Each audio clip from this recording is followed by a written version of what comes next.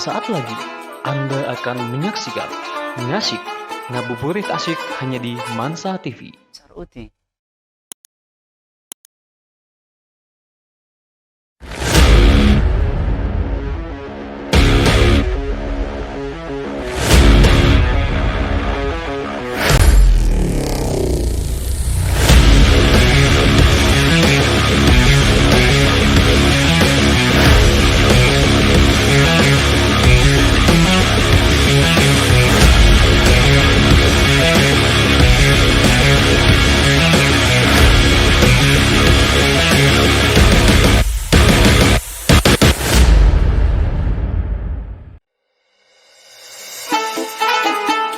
Yap. Ya.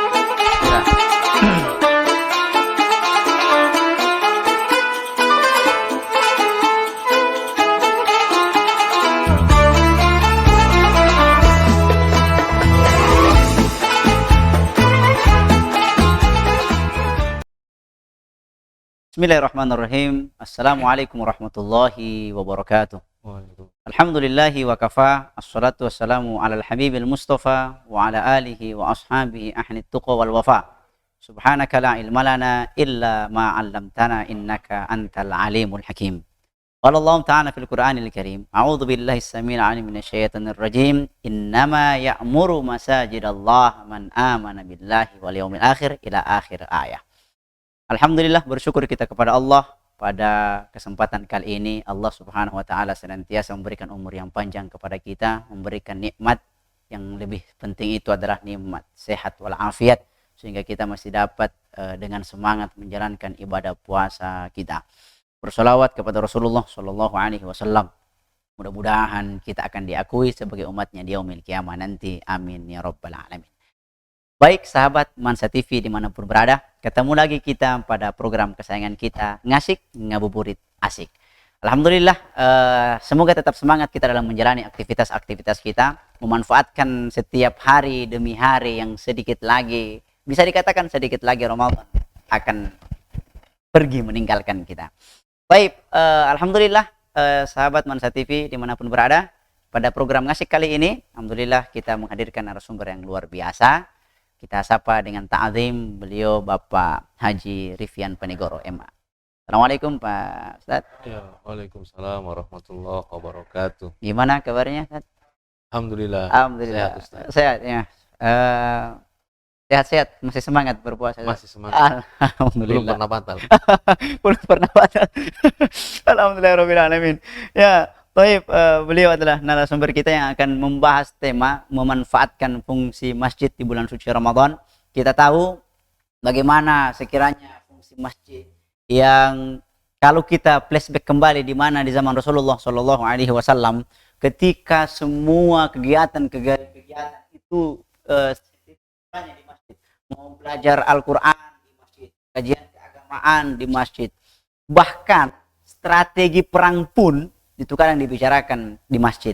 Ketika kita tarik kembali pada 14 abad setelahnya, yang saat ini kita diperhadapkan dengan abad tersebut, kita begitu miris ketika 2 tahun kemarin, 2020, 2021, kita seolah ada anjuran dari pemerintah untuk tidak bisa mendekati, tidak boleh datang ke masjid, karena mungkin ada sebab-sebab tertentu. Nah tentunya ini bukan menghilangkan semangat kita, bukan menghilangkan kita terhadap masjid, tetapi malah menambah kecintaan lagi terhadap masjid. Akan tetapi tidak tahu kenapa kasus-kasus yang sering beredar dan bahkan tiap tahun berulang. Kalau biasanya sholat tarawih 10 hari pertama, masjid itu terasa begitu sempit karena jamaahnya full sampai di luar. Tapi kalau 10 hari kedua mulai ada pertengahan. Nah di 10 hari ketiga parah, masjid kembali kepada zaman purbakala.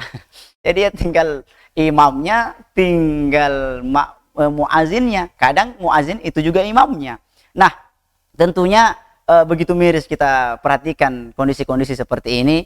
Kira-kira ke depan insya Allah supaya kita lebih mendaya fungsikan lagi itu masjid, supaya kita lebih memanfaatkan itu masjid, insya Allah kita akan meminta petunjuk, kita akan minta petuah dari gurunda kita yang sudah hadir, narasumber kita Bapak Haji Rifyan Panigoro. Insya Allah beliau akan menyampaikan harusnya seperti apa kita untuk memanfaatkan masjid-masjid Allah. Tanpa berlama-lama lagi, tentunya kita sudah sangat penasaran dengan kajian-kajian keislaman yang akan disampaikan oleh beliau.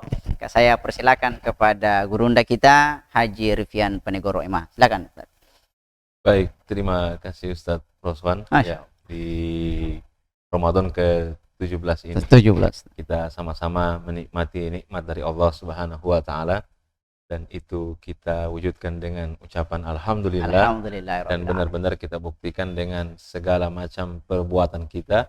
Berarti kalau perbuatan itu adalah pencerminan syukur, maka perbuatan itu adalah perbuatan yang baik.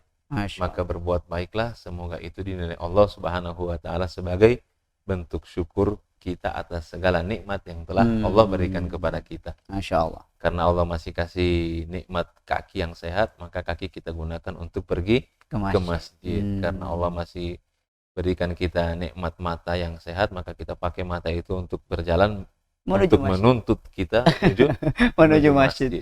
Karena Allah Subhanahu wa taala masih berikan kita telinga yang bisa mendengar, dan itu adalah nikmat yang sangat luar biasa. Karena saya baru tahu bahwa penggambaran keesaan Allah, kemahakuasaannya Allah itu ternyata benar-benar sangat efektif melalui pendengaran. Jadi orang itu kalau dia buta, diceritakan tentang bagaimana kuasanya Allah, dia bisa paham. Tapi orang yang tuli, ketika dia melihat semua ciptaan Allah, kadang-kadang dia sulit untuk memahami bagaimana besarnya Allah Subhanahu wa taala. Maka ada nikmat telinga.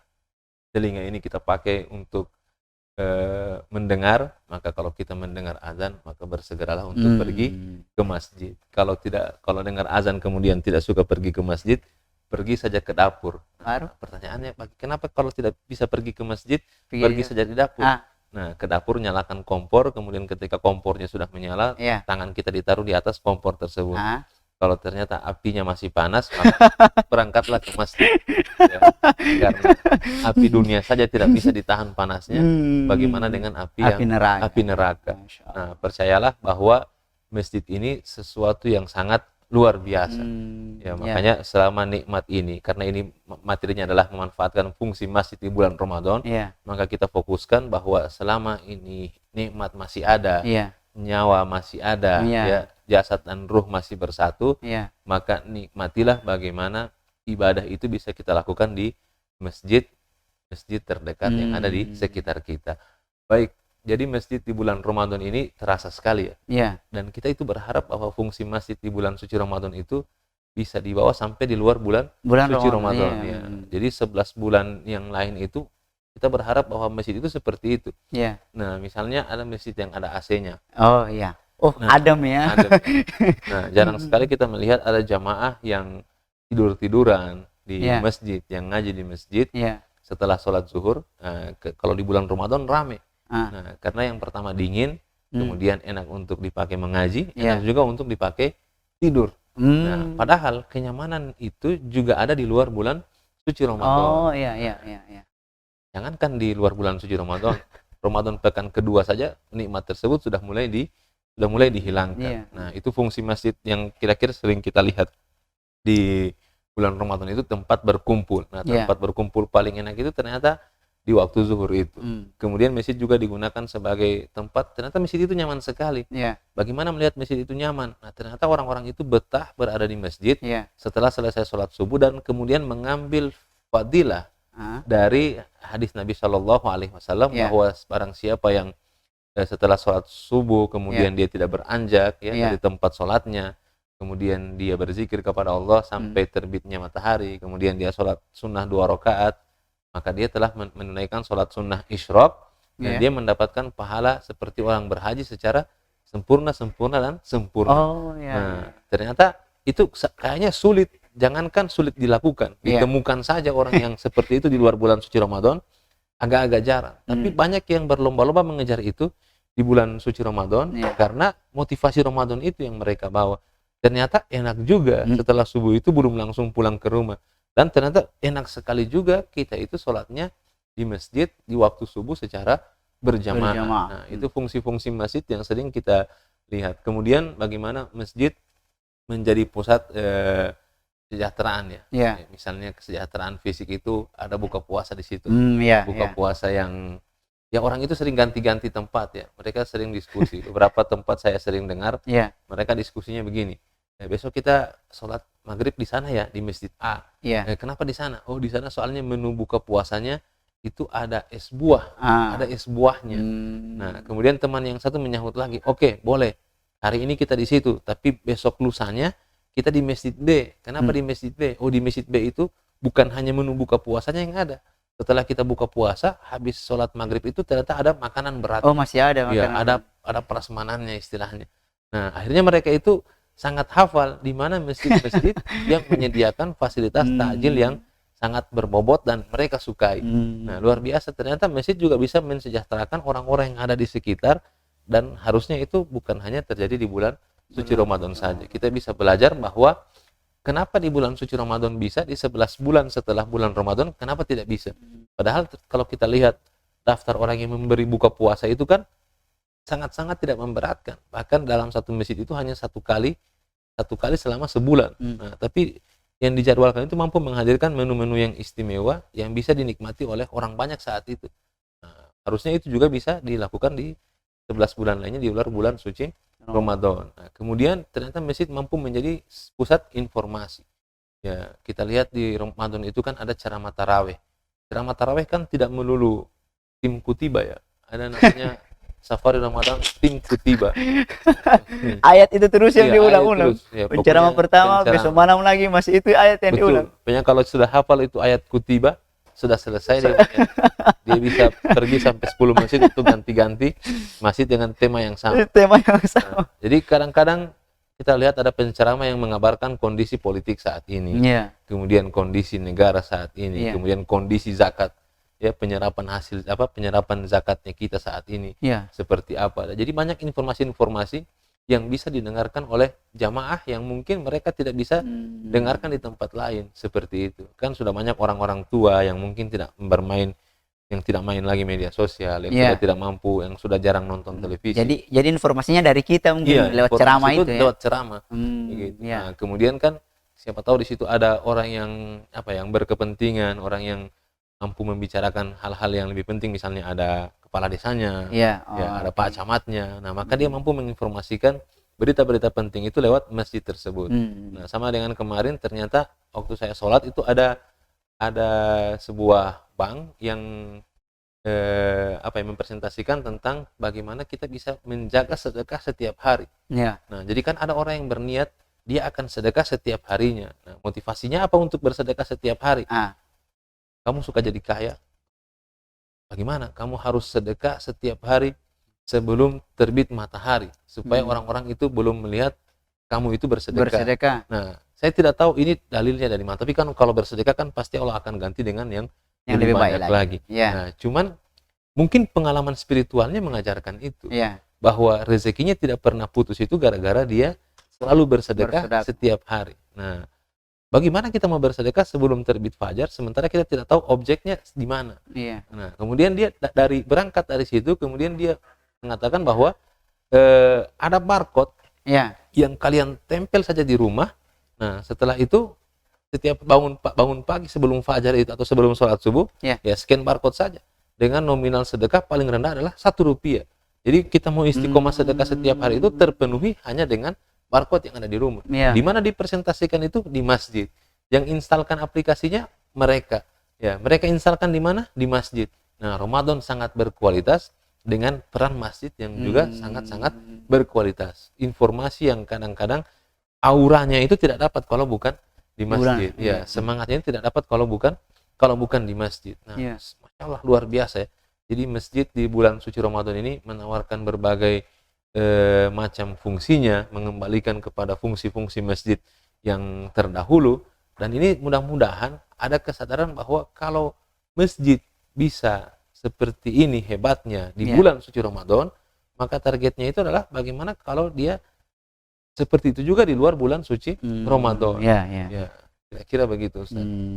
Baik, jadi para sahabat Mansa TV manapun berada, insyaallah dalam naungan ridha Allah Subhanahu wa taala, dan tetap diberikan semangat dalam menuju masjid Allah, karena memang sekarang ini kalau bukan di Ramadan kita semangat untuk ke masjid. kapan lagi kira-kira begitu Pak narasumber. Lagi. Artinya di sini nih waktu yang sangat tepat untuk berlomba-lomba menuju Allah Subhanahu wa taala. Oleh sebab itu maka mari ke masjid gitu. Ayo ke masjid. Kita jargon di beberapa organisasi-organisasi tertentu. Ayo ke masjid, ayo ke masjid. Insya Allah setiap tapak langkah kaki kita kanan dapat pahala, kiri terhapus dosa kecil kan. Semakin banyak semangat kita dalam dalam menuju masjid Allah Subhanahu wa taala.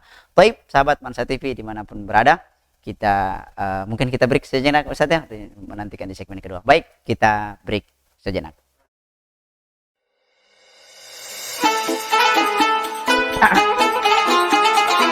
Tidak ada kasih kode-kode.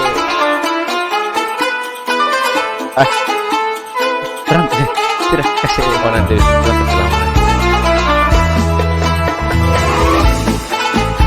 karena untuk Bismillahirrahmanirrahim. Assalamualaikum warahmatullahi wabarakatuh. Saya Misnawati Esmuna, Kepala Kantor Kementerian Agama Kota Gorontalo, beserta seluruh jajaran mengucapkan selamat melaksanakan ibadah 1442 Hijriah. Minal aidin wal faizin, mohon maaf lahir dan batin. Taqabbalallahu minna wa minkum. Saya Andreas Gango, Dekan Fakultas Usuluddin dan Dakwah IAIN Sultan Amai Gorontalo, sekaligus sebagai alumni MAN Gorontalo. Atas nama pribadi dan Dekan Fakultas Usuluddin dan Dakwah menyampaikan marhaban Ramadan 1443 Hijriah. Semoga kita semua bisa dapat meraih keutamaan bulan suci Ramadan. Amin ya rabbal alamin. Assalamualaikum warahmatullahi wabarakatuh. Sivitas Akademik MAN 1 Kota Gorontalo mengucapkan selamat menunaikan ibadah puasa Ramadan 1443 Hijriah.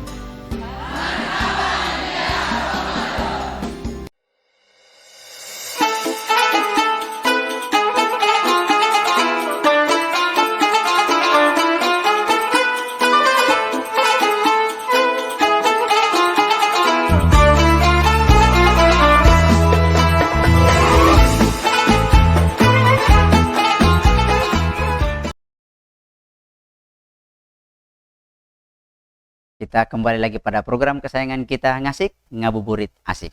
Alhamdulillah tadi kita sudah mendapatkan wejangan yang luar biasa dari narasumber kita Ustaz Haji Rifyan Panegoro, dengan dengan berkumpulnya orang di dalam masjid itu bisa dimanfaatkan oleh semua kalangan. Ustadz bisa ceramah di situ, pemimpin daerah, kepala daerah atau setidaknya lurah atau kepala desa itu bisa menyampaikan di situ gitu.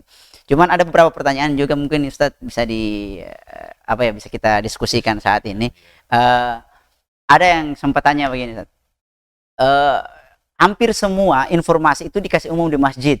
Mau imunisasi, mau vaksin biasa sekarang itu di masjid. Sehingga masyarakat itu beranggapan masa vaksin mau bilang di masjid gitu. Kenapa tidak dibilang di kantor desa Jo? Baru mau bilang. Kalau di masjid misalnya kan ada pengumuman inna lillahi wa inna ilaihi rajiun. Orang masih paham, oh ini orang mati gitu. Cuman begitu vaksin, imunisasi atau ada pemberitahuan-pemberitahuan lainnya dari informasi dari daerah kira-kira disampaikan di masjid, menurut Ustadz itu masalah atau tidak apa-apa itu kira-kira menurut Ustadz? Luar biasa. Ya. Baik, jadi kita ketika mengembalikan bahwa masjid adalah sumber informasi, maka hal-hal penting yang berkaitan dengan kemaslahatan bersama itu sama sekali tidak mengapa ketika diumumkan di masjid. Ya, apalagi misalnya tentang imunisasi. Imunisasi, kemudian vaksinasi, dan apalagi berita duka, kemudian undangan Isra Mi'raj, halal bihalal, Maulid Nabi, dan mungkin informasi-informasi penting lainnya sama sekali tidak masalah ketika diumumkan di masjid. Bahkan kita merasa senang, berarti masjid berperan aktif bersama masyarakat. Masjid ada koordinasi antara kantor kelurahan, pemerintah lah dengan masjid-masjid yang ada di sekitar. Jadi masjid benar-benar menjadi pusat informasinya masyarakat. Cuman mungkin Ya. yang menaruh kritik ini Ya. dia menaruh kritiknya itu pada mungkin kualitas yang mengumumkan pengumuman tersebut. Nah, jadi mungkin masjid sudah memberikan sudah ada job masing-masing kepada pengurus takmirul masjidnya. Iya. Jadi ini bagian untuk mengumumkan. Nah, sehingga jangan sampai isi pengumumannya itu salah, berantakan, suaranya tidak enak didengar, ya bahasanya tidak jelas, hanya gara-gara orang yang mengumumkan itu tidak bagus cara penyampaiannya. Nah, misalnya dia mengumumkan begini, innalillahi wa inna ilaihi rojiun. Iya. Telah meninggal dunia Iya. anak da alim. Iya. Nah, orang bingung, ini si alim ini sehat-sehat tadi pagi. Iya. Kenapa ini anak da alim sudah meninggal? Iya. Ternyata bukan si alim yang meninggal, tapi anaknya si alim. Ya, harusnya dia telah meninggal dunia, anaknya bapak alim. Oh, iya, Dia iya. umumkan telah meninggal dunia anak da alim. Nah, mereka gempar, si alim ini sudah meninggal. Padahal baru Padahal kemarin baru saja dia Iya. kesana kemari terlihat beraktivitas dengan masyarakat. Iya. Nah, ini kan hal-hal yang jangan sampai menimbulkan kegaduhan di tengah-tengah masyarakat. Dan ini kisah nyata, dan waktu itu gaduh sekali. Oh iya, Iya. pernah terjadi San? Pernah terjadi, apalagi pengumumannya itu diumumkan di pukul 6 pagi. Iya. Nah, pukul 6 pagi mereka tahu si alim baru saja beraktivitas dengan mereka di sholat subuh. Iya. Ya, bahkan di sehari sebelumnya mungkin yang belum ketemu dengan dia di subuh itu ketemu dengan dia di malam hari dan Iya. dia dalam keadaan sehat. Ah. Nah, tiba-tiba semuanya sudah gaduh pagi-pagi, semuanya sudah keluar dari rumah. Mana sih masa si alim ini sudah meninggal? Iya. Ternyata yang meninggal itu adalah anaknya si bapak alim ini. Nah, ini gara-gara orang yang mengumumkan pengumuman tersebut di masjid ya masih belum profesional. Nah, ada beberapa masjid kok yang sudah bagus. Iya. Ya, dia punya cara pengumuman itu sudah teratur ya. Teratur ya. Jadi kayak innalillahi wa inna ilaihi rojiun, Ah. kemudian memohonkan izin untuk penyampaian sebuah berita duka. Jadi dari awal itu sudah ada Pengantar sudah ada ya. pengantar bahwa Iya. berita duka. Ah. Nah, jangan begitu menyalakan mikrofon langsung innalillahi wa inna ilaihi rojiun, semuanya langsung kaget. Nah, ala kulli hal bahwa Oh, iya. apapun yang diumumkan di masjid, ya, selama apalagi itu berkaitan dengan sosial, ya, kehidupan bermasyarakat Ya. yang memuat kemaslahatan bersama, maka tidak masalah ketika diumumkan di masjid. Ya, pengumuman nominal zakat fitrah bagus juga di Tidak masjid. apa-apa di- Ya, tidak apa-apa di masjid. Selama ini saya itu menunggu keputusan pemerintah untuk menetapkan nominal zakat fitrah yang kemudian akan kita sampaikan kepada orang lain, ya. Oh, ternyata zakat fitrah itu di angka sekian. Ya. Itu didengarkan lewat pengumuman yang ada di masjid. Ya, kemudian penentuan 1 Ramadan kapan diumumkan di masjid. Ya, seperti itu. Luar biasa fungsi masjid. Dan sekali lagi ketika dia teratur, Ya. profesional, kemudian waktunya juga tepat, Ya. dan kemudian bukan hal-hal yang menyangkut masalah pribadi, masalah sara dan lain-lain, Ya. ya itu pasti bisa diterima oleh masyarakat, asalkan masyarakatnya ini adalah masyarakat yang juga cinta masjid. Kalau masyarakatnya sudah cinta masjid, Ya. apapun yang dilakukan oleh masjid itu pasti mereka mendukung. Ya, masyarakat itu kalau sudah cinta masjid pasti mereka dukung apa yang dilakukan oleh masjid tersebut. Misalnya ada sebuah menara, ya masyarakat itu sampai tidak sadar kalau menara tersebut Ya. telah menghabiskan anggaran sebesar 400 juta. Ya. Ya, tapi masyarakat ya ikhlas saja menyumbang. Ya, karena masyarakat sudah sangat cinta dengan masjid tersebut. Nah, kalau masyarakat tidak cinta dengan masjid, Ya. entah masjidnya yang bermasalah, ya karena kepengurusan takmirul masjidnya, atau memang masyarakatnya yang bermasalah karena DP orang yang tidak bermasalah. orangnya bermasalah karena memang belum dapat hidayah, belum suka dengan masjid, maka apa yang akan dilakukan oleh masjid itu kadang-kadang ya tertolak di mata masyarakat. Ada penyakit di hati ya. Iya, kira-kira begitu. Nah, Jadi untuk menumbuhkan cinta terhadap masjid itu kira-kira bagaimana Iya. Ustaz, ya? jadi begini, ini yang memang ingin diketengahkan ya. Iya. Jadi rasa orang beriman itu pasti dia cinta masjid. Nah, Iya. itu dulu kita garis bawahi. Iya. Titik pentingnya di situ. Orang beriman itu pasti dia cinta Di masjid. Ya. Jadi- Kalau Oke. kita mengaku beriman lalu tidak cinta dengan masjid, Keimanan kita diragukan. dipertanyakan. Kenapa kau tidak mau pergi Ya. di masjid? Ya. Nah, dia bisa melakukan sebuah kontemplasi, bisa melakukan sebuah perenungan, Ya. introspeksi diri. Kenapa saya tidak suka ke masjid ya? Oke. Nah, pertanyaannya misalnya mungkin dakwahnya belum sampai bahwa masjid itu banyak fungsinya dan Ya. keutamaannya. Nah, siapa tahu itu belum sampai kepadanya. Nah, kalau dia belum tahu bahwa keutamaan sholat di masjid itu 27 kali lebih lipat daripada sholat sendiri. Kemudian sholat di masjid itu sholatnya pasti diterima karena ada imam. Begitu dibandingkan dengan sholat sendiri. Kadang-kadang kan datang sudah tidak sempat baca surah Al-Fatihah, sudah mana-mana Pak Imam saja. Ya kan? Karena imam yang bertanggung jawab ya. Nah, jadi sholat itu pasti diterima karena disebutkan 90% sholat itu pasti diterima. Selama niatnya ikhlas kepada Allah Subhanahu wa taala, dia bersih dari najis, ya dia pasti diterima karena dia punya imam. Ya, imam yang akan ya memimpin sholat tersebut. Nah, kemudian keutamaan langkah kaki yang tadi sudah dijelaskan. Bahkan kalau untuk ibadah sholat Jumat kan ada nilai plusnya. Berangkat lebih awal, mendekat dengan mihrab atau dengan mimbar, ya maka akan dilipat gandakan derajatnya 1 juta derajat setiap kali langkah kakinya. Artinya kalau fadilah untuk ke masjid itu banyak sekali. Nah, tinggal bagaimana orang itu sadar tidak dengan fadilah tersebut. Karena banyak orang yang beriman, sholatnya 5 waktu, tapi malas ke masjid. Nah, kita berharap masalahnya ini hanya di yang pertama ini. Ya, dia belum di garis bawah iman ini. Iya, ketika kita garis bawahi bahwa orang beriman itu pasti cinta masjid. Nah, maka mudah-mudahan masalahnya itu hanya di pertama. Dia keterpanggilan itu karena dia belum tahu keutamaannya. Keutamaannya belum dia tahu. Ya, jangan sampai dia pasrah. Oh, biar cuma satu saja pahala, yang penting anak nyaman di rumah. Itu dia masalahnya. Bagaimana kira-kira? Ya kita perlu dekati lagi. Intinya kalau cuma masalah keutamaan yang belum sampai kepadanya, ketika dia sudah dapat keutamaannya, mudah-mudahan hatinya terpanggil untuk bisa ke masjid itu. Nah, yang susah itu kalau dia tidak ke masjid karena masalah sosial. Misalnya dia tidak suka imam yang ada di masjid. Baru tidak berkesenang dengan takmirul. Dia tidak senang dengan takmirul masjidnya. Begitu ya. Pokoknya masalah-masalah jalan yang dia lewati ke sana banyak hewan-hewan yang menggonggong. Itulah begitu. Hal-hal yang seperti itu. Panas matahari ke sholat zuhur nanti. Betul. Dia tidak pergi ke masjidnya karena misalnya saya takut ke masjid nanti saya akan jadi pusat permintaan sumbangan. Saya kan orang kaya sini, kalau saya ke masjid saya dia mengaku kaya ceritanya. Kalau saya selalu ke masjid nanti saya akan jadi tempat orang minta sumbangan di sini. Nah, itu kan masalah hati juga. Kemudian penyakit hati misalnya, saya tidak suka masjid tersebut karena saya tidak dilibatkan dalam kepengurusan. Nah, saya tidak suka masjid tersebut karena saya demisioner dari pengurus yang lama. Misalnya, atau macam-macam saja. Pokoknya kalau ada masalah dengan hatinya, kenapa dia tidak ke masjid? Ada saja alasan Mas. Itu berarti itu ya dia harus maksudnya introspeksi diri ya, bertobat kepada Allah Subhanahu wa taala. Karena masjid juga menjadi tolok ukur kita dalam berhablum minan nas. Jadi hablum minallahnya sudah aman, dia sholat 5 waktu. Tapi penyakit hati itu terbukti ketika dia tidak mau ke masjid karena ada masalah-masalah sosial tadi itu, masalah hatinya ya. Ada kedengkian, iri hati, hasad, sombong dan lain sebagainya.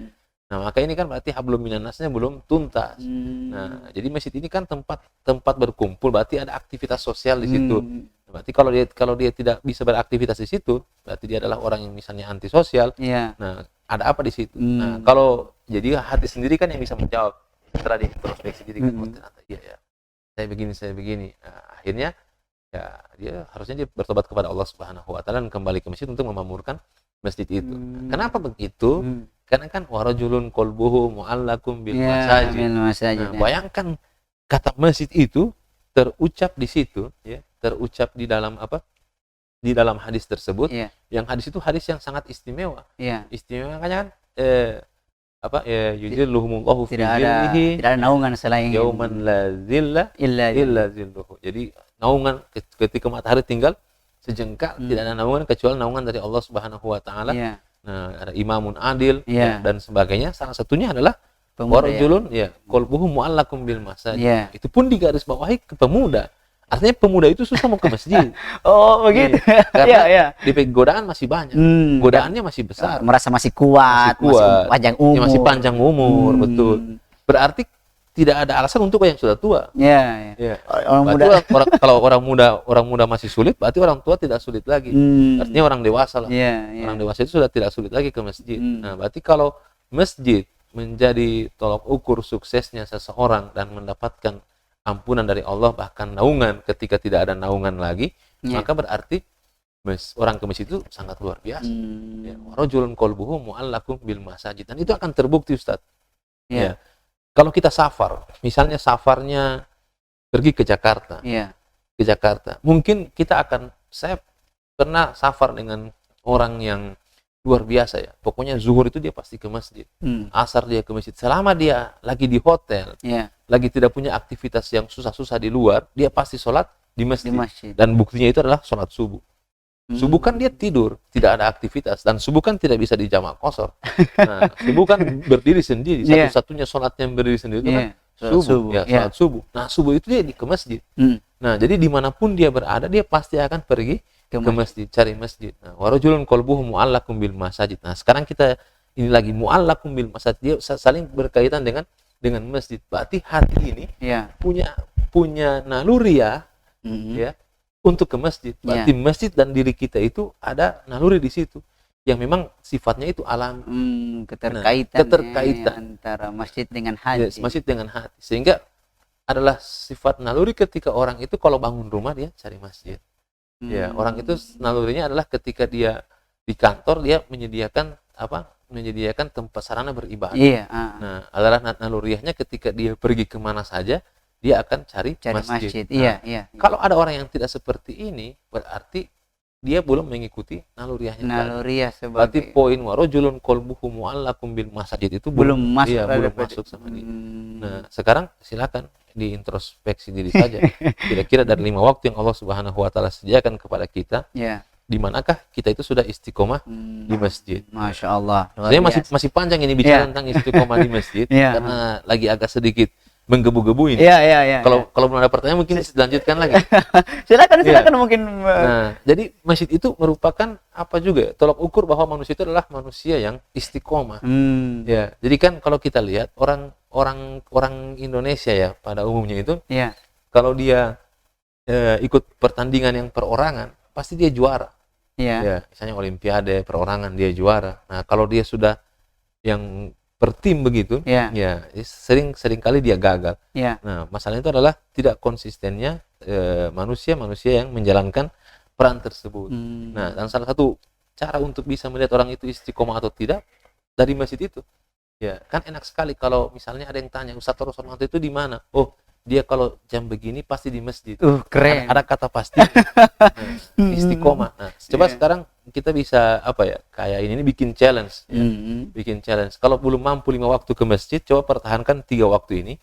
Kamu adalah orang yang ada di masjid. Waktu apa-apa paling bagus. Waktu maghrib, waktu isya, dan waktu subuh. Okay. Ya, coba 3 waktu itu benar-benar ada di masjid. Nah, rasakan perubahannya, apa yang akan terjadi dalam hidup kita. Rasakan sensasinya kalau itu, Masya Allah, luar biasa. Ya, paling tidak ada satu hal dalam hidup kita ini yang benar-benar konsisten, dan itu bisa kita lihat dengan hubungan kita dengan masjid. Masya Allah, sangat luar biasa. Baik pemirsa Mansa TV dimanapun berada, alhamdulillah sangat menarik pembahasan kita soal masjid. Kini kita harus istirahat kita break di puncak menggebu-gebunya ini Ustaz. Jadi insyaallah yang masih penasaran tetap saksikan Mansa TV. Insyaallah kita break sejenak. Masya Allah. Siap. Sama-sama saya Ustaz ini.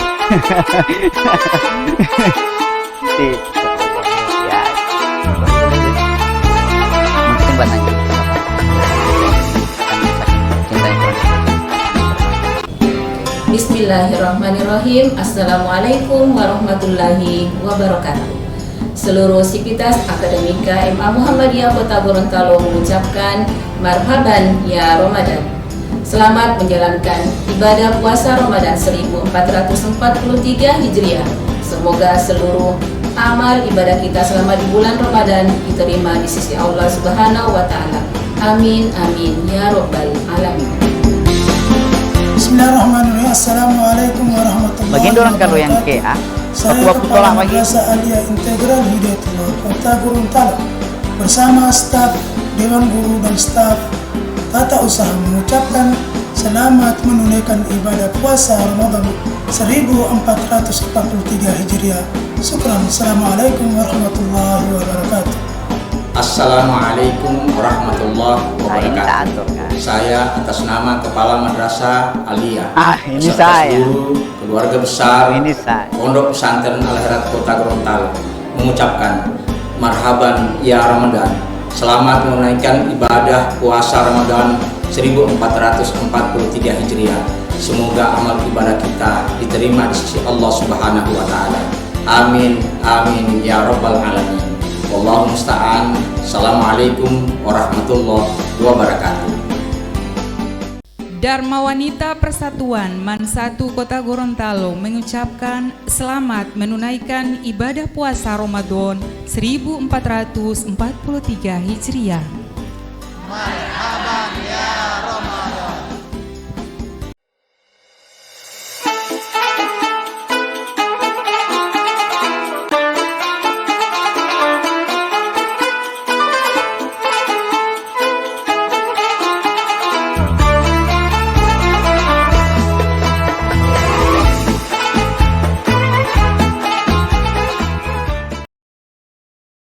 Pemirsa Mansa TV yang dirahmati Allah Subhanahu wa taala, kita masih dengan program kesayangan kita Ngasik Ngabuburit Asik. Alhamdulillah jiwa menggebu-gebu kita pun masih begitu bersemangat dalam menyampaikan tentang kemasjidan ini dengan narasumber kita yang luar biasa.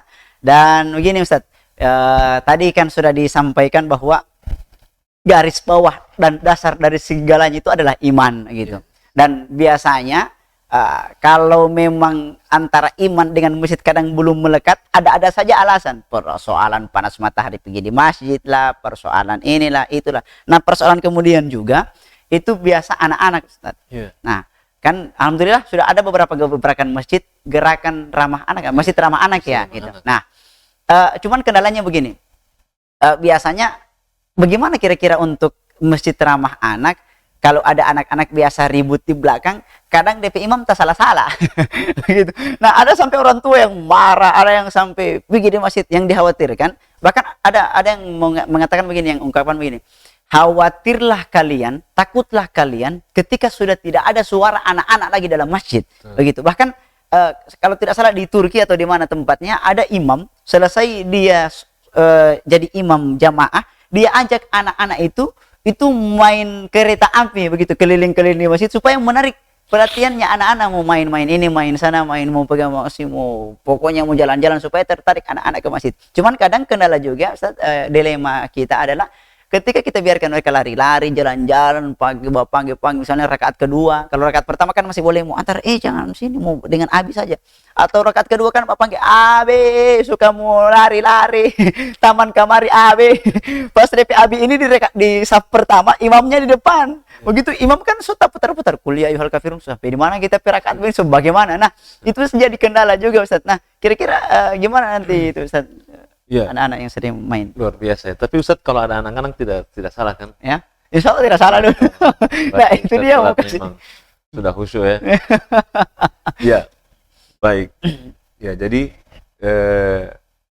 berbahaya kalau suara anak itu tidak lagi terdengar di masjid. Iya. Ya, karena mereka itu akan mengingat masa lalu mereka di masjid. Iya. Kalau mereka dahulu aktif di masjid, maka mereka akan terbiasa juga di masjid ketika mereka sudah dewasa nanti. Dan ini terjadi. Nah, jadi beberapa hari terakhir ini anak-anak remaja muda yang ada di masjid itu, mereka mengatakan begini, kenapa tidak kita semarakan lagi masjid ini waktu seperti kita masih anak-anak kecil dulu. Nah, setelah itu kan saya tanya, waktu kita kecil dulu bagaimana ya? Nah, mereka jawab, kan kita waktu kecil dulu sering tidur di masjid, kemudian kita sahur bersama-sama, kemudian setelah itu kita jalan pagi, dan kemudian kita membantu orang untuk persiapan. Misalnya kalau di Gorontalo itu kan Tumbilotoh ya. Nah, akhirnya sekarang lagi disemarakan lagi. Akhirnya mereka tiba-tiba ada WA grup itu bunyi jam 10 malam, jam 11 malam. Saya sudah di masjid. Nah, di masjid itu mereka sholat 2 rakaat, setelah itu mengajinya pelan-pelan ya. Dan ini orang-orang yang di luar bulan suci Ramadan tidak kelihatan di masjid. Ya, tapi rekam jejaknya mereka masih kecil itu mereka ingin ulangi di masjid. Nah, saya berharap dan mudah-mudahan ya yang mereka lakukan sekarang itu akan istiqomah sampai di luar bulan suci Ramadan nanti. Nah, berarti kan sudah terbukti bahwa kenangan masa kecil di masjid dulu itu akan membekas sampai orang itu tumbuh dewasa. Nah, kalau dia tidak pernah ke masjid masih kecil, nah maka dia tidak punya kenangan masa kecil untuk dibawa pada saat usianya dewasa. Nah, berarti tidak ada sama sekali pelarangan untuk anak-anak bermain di masjid karena bukan merupakan kemungkaran di mata Nabi Shallallahu Alaihi Wasallam orang yang bermain di di masjid. Bahkan Nabi Shallallahu Alaihi Wasallam itu kalau Hasan dan Husain ini disebutkan dalam Sahih Ibnu Khuzaimah, kalau Hasan dan Husain sudah lari-lari di masjid, kemudian ada yang mengisyaratkan kepada mereka bahwa mereka kayak ada kode mata begitulah, bahwa mereka sudah mulai lari-lari, maka Nabi memberikan isyarat mata juga bahwa membiarkan mereka. Nah, tapi di sini kita lihat ketika Nabi memberikan isyarat bahwa biarkan mereka bermain, di situ yang ambil sikap adalah Nabi Shallallahu Alaihi Wasallam sendiri. Jadi Nabi yang akan mengajak Hasan dan Husain itu kemudian akan ditertibkan, dipangku oleh Nabi Shallallahu Alaihi Wasallam sehingga mereka tidak lari-lari lagi. Nah, berarti yang pertama itu tidak boleh mereka dilarang, biarkan mereka datang. Nah, sekarang tinggal solusinya yang kita cari. Solusinya bagaimana? Solusinya yang kita cari. Jadi kalau dia datang bersama orang tuanya, bersama ayahnya, bersama ibunya, bersama kakaknya, nah maka mungkin bisa dinasehati lebih dulu di rumah, tapi dinasehatinya itu dengan cara yang baik-baik, dengan cara yang ma'ruf, cara yang jangan awas. Kalau kau bermain, mending tidak usah ke masjid. Oh, saya bermain, berarti saya tidak usah ke masjid. Nah, kalau dia jawab begitu kan bagaimana? Nah, jadi bawa saja dia ke masjid, tapi dirubah polanya. Kalau kamu di masjid berhasil tidak lari-lari, sholatnya khusyuk, bermain dengan teman-teman seadanya, nanti beli sepeda, beli laptop, kayaknya anak-anak beli laptop, jadi bahkan mungkin kita mampir supermarket, kamu bisa beli apa saja, beli es krim, beli snack dan lain-lain. Nah, itu kan pola yang bisa dirubah, pola yang bisa dimainkan. Nah, ternyata bisa sukses seperti itu. Jadi ada beberapa masjid yang anak-anak itu selalu diapit, tidak dibiarkan anak-anak itu bersama, begitu. Nah, anak-anak itu tidak dibiarkan dia bersama. Jadi bukan satu soft di belakang itu diisi sama anak-anak semua. Jadi anak-anak itu diisi di soft-soft yang ada, selang-seling diselang-seling supaya kalau bermain, sehingga mereka tidak bermain. Nah, jangan sampai orang besarnya juga bermain. Bilang, kamu jangan bermain. Ti Om juga bermain. Saya kan sudah besar. Nah, itu kan tidak bisa. Di besar dia boleh bermain. Nanti kalau besar dia juga ikutan bermain. Nah, akhirnya kan sholat anak-anak ketika ke masjid, apalagi masa-masa tarawih begini, dia pasti sudah bisa hafal dari surah At-Takasur sampai surah An-Nas. Karena setiap malam kan diulang-ulang terus. Ada dengar terus itu kalau dengar yang 20 Kemudian surah Al-Qadar 15 hari lamanya itu diulang terus surah Al-Qadar. Pasti dia sudah hafal. Jadi nilai plusnya kalau ada yang ceramah di masjid, ayahnya tinggal bilang, usahakan kau bisa ceramah seperti itu. Kan ada motivasi. Ada motivasi juga. Yang pasti jangan pernah melarang mereka untuk pergi ke masjid, apalagi mereka disuruh ke masjid terus orang tuanya tidak berangkat ke masjid. Jadi motivasi mereka mau jadi imam, mau jadi belajar agama, mereka mau menghidupkan masjid, semua itu kan dibiasakan dari kecil. Tidak mungkin orang itu tiba-tiba, kecuali dapat hidayah, tidak mungkin tiba-tiba orang tersebut pas besar langsung ingin ke masjid. Pasti berproses. Betul. Dia harus lihat dulu, ini imam bagus, imam ini sekolahnya, ini belajarnya di mana, sekolahnya di mana, begitu kan? Itu ustadz itu bisa ceramah bagaimana? Ini yang bangun masjid ini siapa? Kok dia bisa bangun masjid ini? Hanya dia jadi pengusaha yang bisa bangun masjid. Jadi ustadz bisa imam, bisa ceramah. Karena dari kecil itu ditanamkan konsep-konsep masjid itu ini imamnya ini dapatkan ketika di masjid.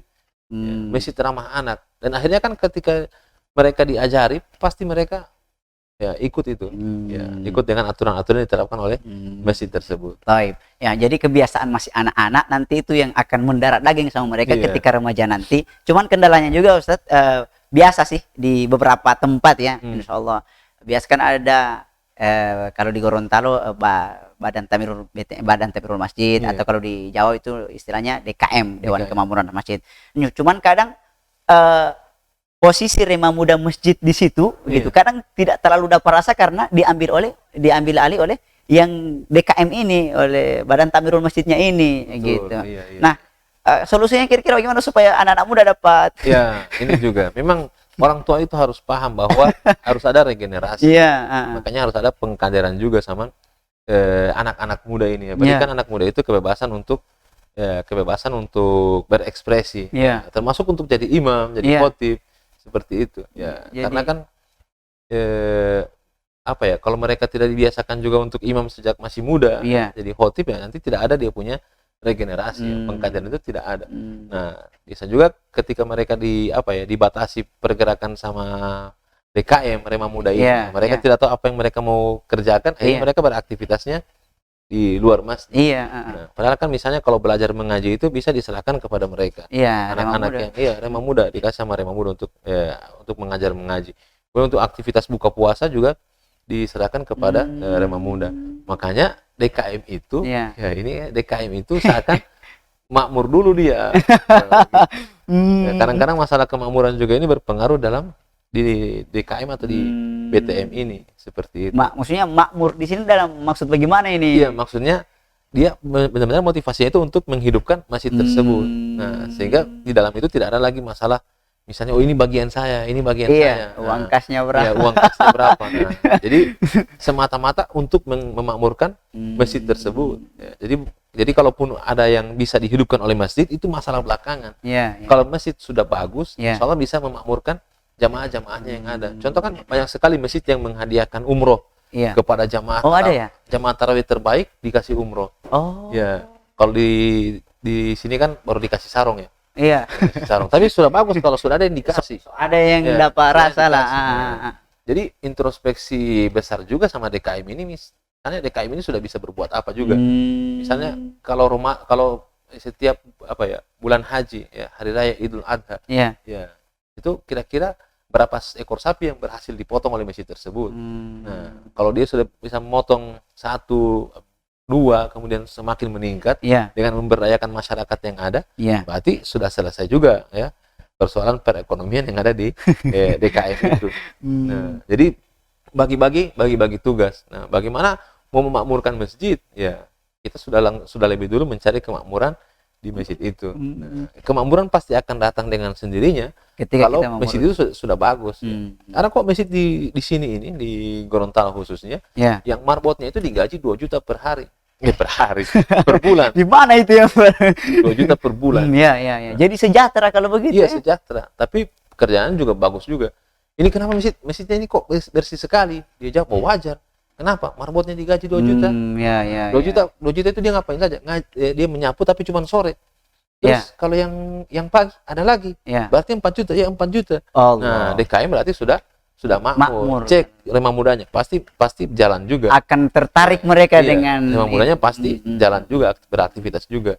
Nah, kalau di penataan masjid masih kurang ya, kita masih kurang biaya untuk imam, kita masih kurang untuk biaya kemakmuran yang lain, alat-alat ke rumah tanggaan masih kurang. Nah, kemudian kita sudah saling berebut di dalam ya.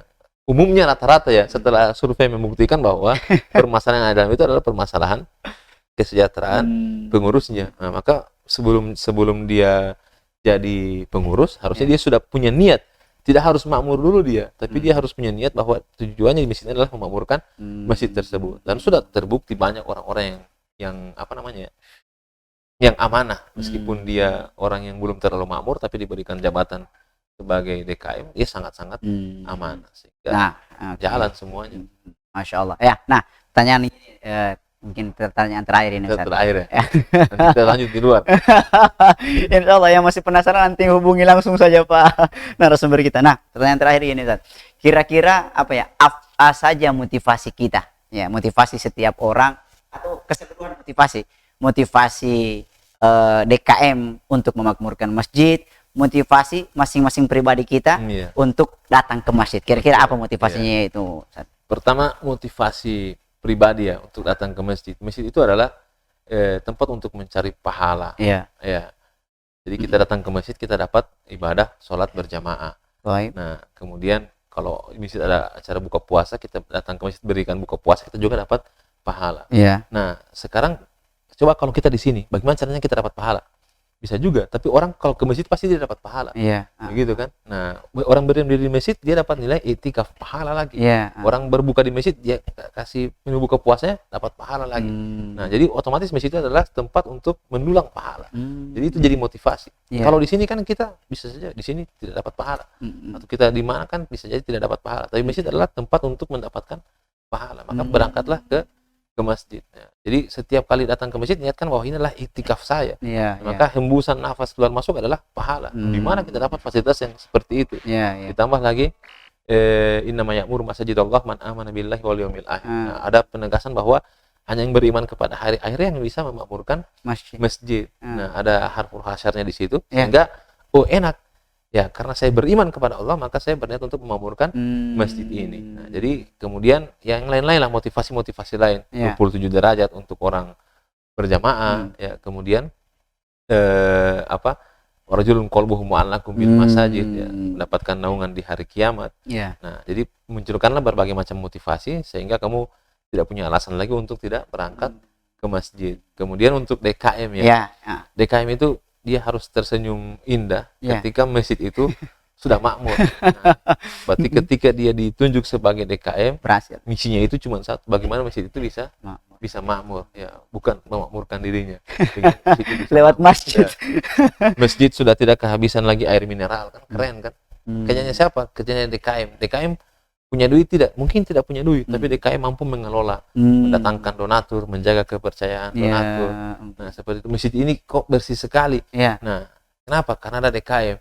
DKM bikin apa? DKM mungkin tidak punya duit untuk menggaji marbot untuk membersihkan masjid, tapi DKM punya semangat berkorban, pengabdian, semangat yang berorganisir segala sesuatu, sehingga bikin jadwal ini yang menyapu. Ya, masjidnya terlihat sangat cerah, dicat bersih, rapi. Nah, siapa yang hebat siapa? DKM-nya.